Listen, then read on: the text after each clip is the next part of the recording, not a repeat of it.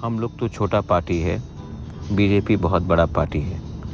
आज ये स्टेटमेंट दिया गया, ठीक है, हम लोग छोटा पार्टी है, बीजेपी के पास ज़्यादा बड़ा संगठन है, पैसा ज़्यादा है।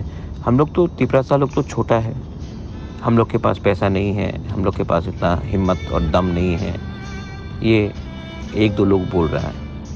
लेकिन मैं आपको एक बात बोलना चाहता हूँ, हिम्मत तो है, दम तो है और बुबागरा भी आपके साथ है। अब मेरा बात सुनो, हम लोग छोटा पार्टी है, वो लोग बड़ा पार्टी है, तो उनको पूरा 60 का 60 सीट्स में फाइट करने दो।